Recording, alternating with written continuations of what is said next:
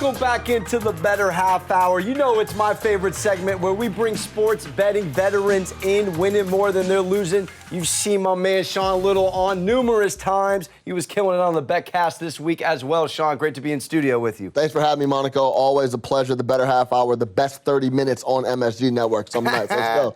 Thank you. All right, man, let's talk some Eastern Conference here. I'm curious who you have ending up as the 1 seed, and then who you think maybe will come out of these. Yeah, let's start with the 1 seed first. I think it's really interesting because I like Milwaukee to end up in the 1 seed. The reason for that is they have 7 games left. Miami, Boston have 5. So they get a couple extra games, a little more leeway, a couple, soccer guys, a game in hand. They have a couple games in hand, Milwaukee does. And they're playing the best ball of the year right now, I believe. 11-3 in their last 14. Giannis is averaging 32, 13, and 5 dimes in March. He's locked in. I'm actually surprised he hasn't gotten a little MVP talk. I think we've been going around everyone else but Giannis Antetokounmpo for MVP. But I like them to end in the 1 seed because I think they have a couple extra games and they're playing their best ball. Yeah, I mean, Miami looked really good, though, against Boston this week, coming in as underdog. It's almost like they play better when they're an underdog.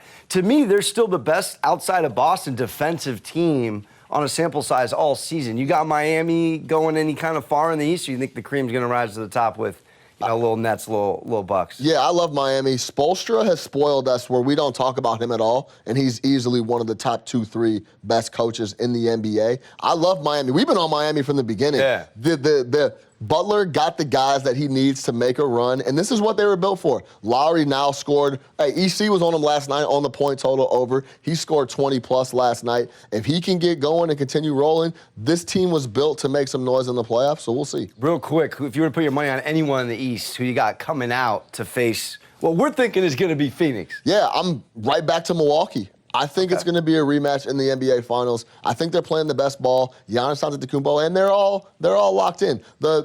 Right now, the Nets are plus 450 to win the title. I still don't understand it. I can't wrap my head around. They can't stop anybody. They can't play any D. So I like Milwaukee in the rematch for the finals. All right, let's shift to the marquee matchup for the weekend. Yeah. First time ever. Still can't believe it. Duke is facing North Carolina in the tournament, and we're getting them in the Final Four, Sean. Yeah. Line's at -4 right now in favor of Duke. What are your thoughts on all things Tar Heels, Blue Devils? Yeah, to go back to what you were saying, it's absolutely bonkers that this is the first time they've ever played. It's in the Final Four, and it's Coach K's last run. It's his last run at the title, and he has to go through North Carolina. It's fitting, as they say, right?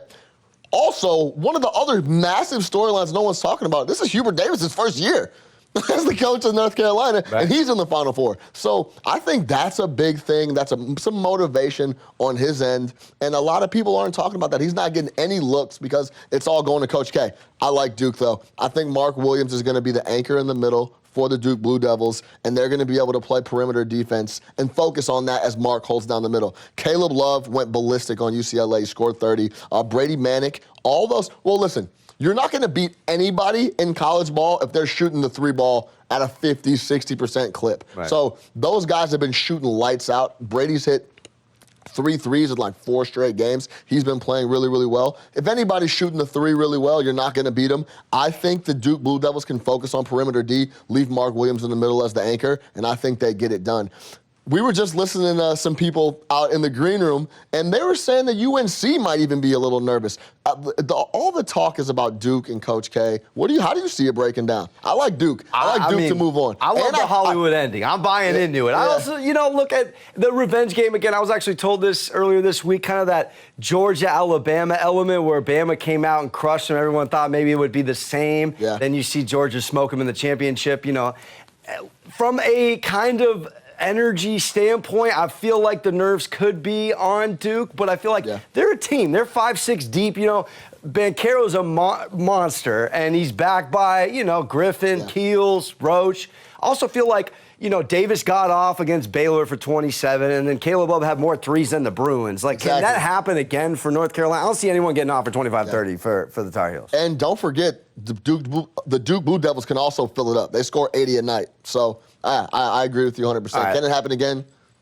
Yeah. We'll see. I love it. Let's shift to Kansas and Nova. Obviously, second leading scorer for Nova's out. Changed the line a little. Right now, it's plus 4.5. Nova's getting them. What's your takeaway on Jayhawks Wildcats? Yeah, Justin Moore, Achilles out. He won't play in the game. That's too much for me to look past. If I'm looking for a team to back in a spot, forget about the points, forget about the assists and all the stuff that Justin Moore brings. It's the minutes. He plays 35 minutes a game. He leads the team in minutes. He controls the ball. If you lose a guard that's playing 35 minutes and your game is playing in the half court, and now Gillespie is going to have all that responsibility handling the rock, or a majority of it handling the rock in that half court, that's a big, big thing, and I can't overlook that. So I like Kansas. And I was live in Chicago at the Sweet 16. I saw Kansas lock up Providence the way they did.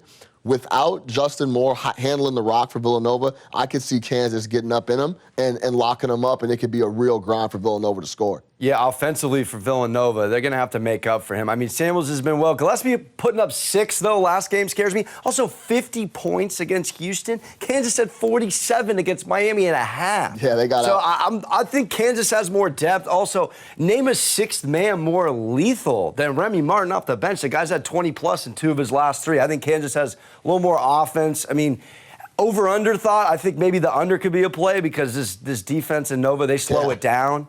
But, but I got to now get your thoughts on who wins the Natty, who's cutting down the nets if you can flash forward till Monday. Everything we just said could completely go out the window after this weekend, right? I'm going to go with Duke to the story. The Coach K narrative, everything about that is a little too much for me to ignore. And I think that Villanova and Kansas can beat up on each other a little bit. Duke can get out and score against North Carolina and roll that into the title game on Monday. I like it. I'm with you as well. I'm going Duke. Coach K gets his 6th. It's fitting, cuts it down. Real quick, we got one more. Let's shift to the NBA. Yeah. Do you have the Suns or the field? I'm giving you 29 other teams. Yeah. Well, of course, it cuts down in the playoffs. Sure. Two full on the East or full stack on the West, or the Suns. Who you taking to win the ship? I'm taking the Suns because they only have to play that team on the East side once. They don't have to go through Philly, the Nets. They only have to play the East, who are the better teams overall in the league, one time. So I like the Suns to cruise through the West. I think they have no problem getting through the West. And then I think they have to play whoever gets out of the gauntlet that is the Eastern Conference, and I think they beat them. We've been talking about the Suns for a while, man. They have everything you want in an NBA squad. Bucket getter, a closer, a leader. I like the Suns a lot. Give me the Suns versus the field. Give us CP State Farm 3 in Phoenix. Getting back to the ship and winning it all. Sean Little's in the building, always crushing it. Make sure to check him out on all things social. Don't go anywhere. I'm going around the world in soccer here on the Bettor Half Hour.